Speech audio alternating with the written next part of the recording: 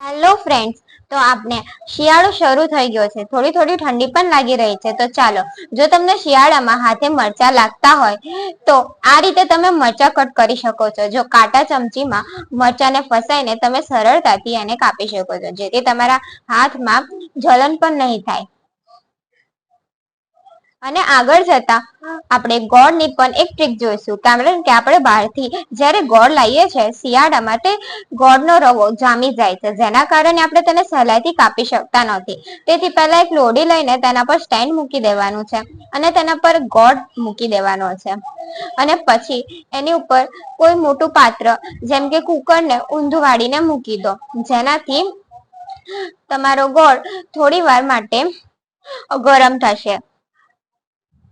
અને ગેસની flame medium અને લોની વચ્ચે રાખવાની.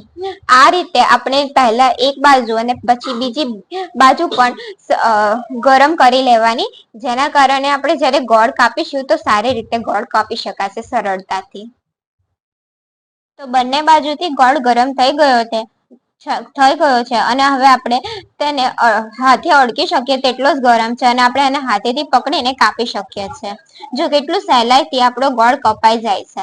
આ કેટલી ઉપયોગી ટ્રીક છે, તમે પણ જોઈ છે. હવે ચાલો, તમે લોકો તમારા ઘરે પણ આ ટ્રીકને જરૂરથી ટ્રાય કરજો.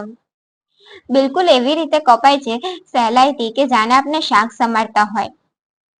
તો તમને આ વિડીયો ગમ્યો હોય તો તમને જો આ બે રીતો ગોળ સમારવાની અને મરચાં કાપવાની રીત ગમી હોય તો મારી ચેનલને લાઈક, સબસ્ક્રાઇબ અને શેર જરૂરથી કરજો.